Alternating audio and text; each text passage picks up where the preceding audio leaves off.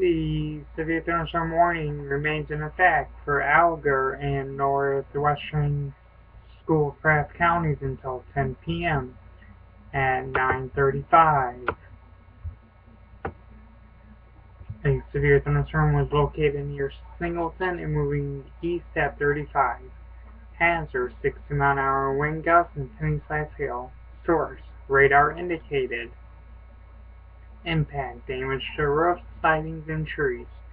The severe thunderstorm will affect mainly rural areas of Alger and northwestern Schoolcraft counties, including the following locations: Tusino Lake. Large hail, damaging winds, and continuous cloud ground lightning is occurring with this storm. Move immediately indoors. Lightning kills. Remember, if you can hear thunder, you're close enough to be struck by lightning. Hail, again, is 3/4 inches in diameter, and wind is 60 miles per hour.